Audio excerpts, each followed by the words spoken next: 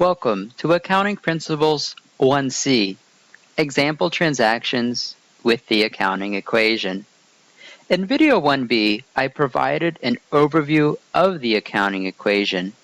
In this video, I will review different accounting transactions and discuss how these transactions relate to the accounting equation. As a reminder, the accounting equation is assets equals liabilities plus owner's equity. So let us look at a transaction.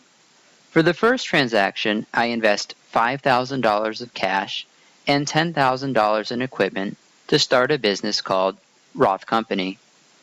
As we learned in the prior video, cash and equipment are both types of assets.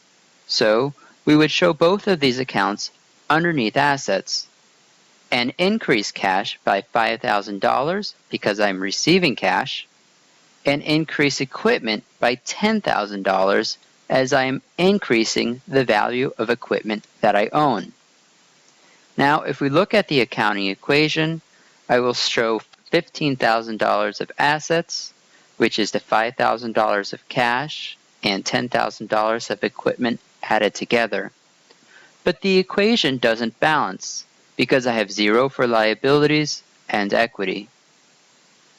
In the prior video, I noted that equity represents how much assets the company actually owns, and capital is what we use to represent the owner's investment of equity in the company.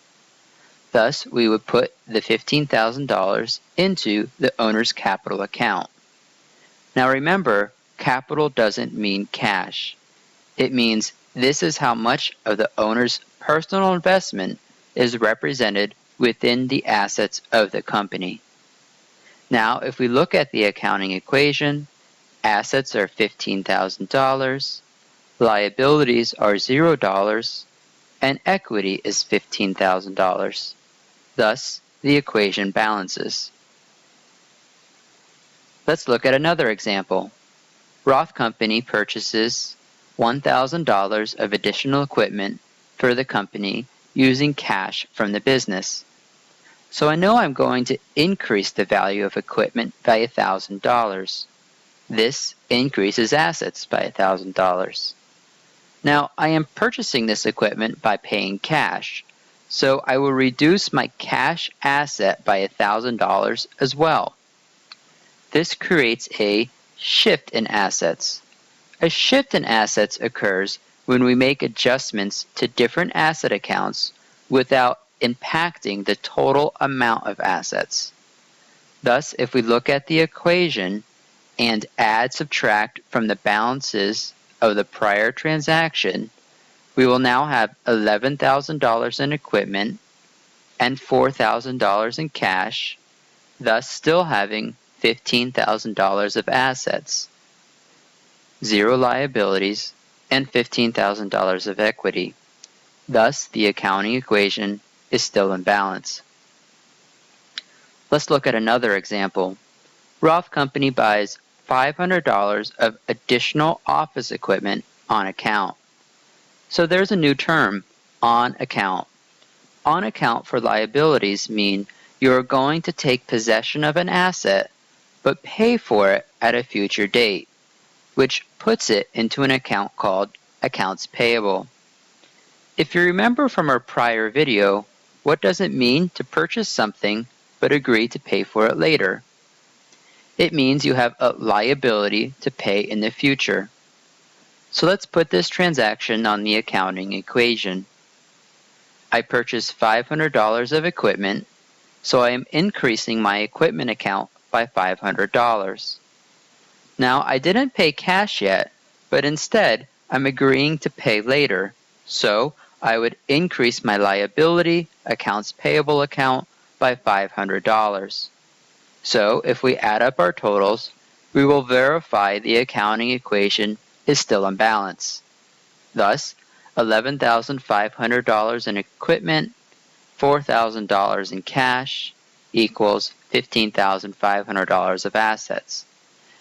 And that equals $500 in liabilities plus $15,000 in equity.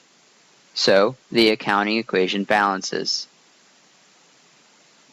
Again, remember, after every transaction you do, you will add the amounts from your transaction with the prior transaction's ending balances, and then confirm the accounting equation is still on balance. As a final example, let's look at something a little more challenging. Suppose I purchase $5,000 of equipment, paying $1,000 as a down payment, and putting the remainder on account. So let's interpret that into the accounting equation. Well, I know I'm buying $5,000 equipment, so I can add that as a plus under equipment. I am also paying $1,000 as a down payment, so that would be a reduction to cash by $1,000. And finally, the remainder will be on account or owed in the future. Thus, $4,000 would be an accounts payable liability. So you can see we impacted 3 different accounts. Let's verify the accounting equation still balances. I now have $16,500 in equipment and $3,000 in cash, thus $19,500 in assets. I have $4,500 in liabilities and $15,000 in equity, thus totaling $19,500. So my accounting equation balances. This concludes this video on example transactions of the accounting equation.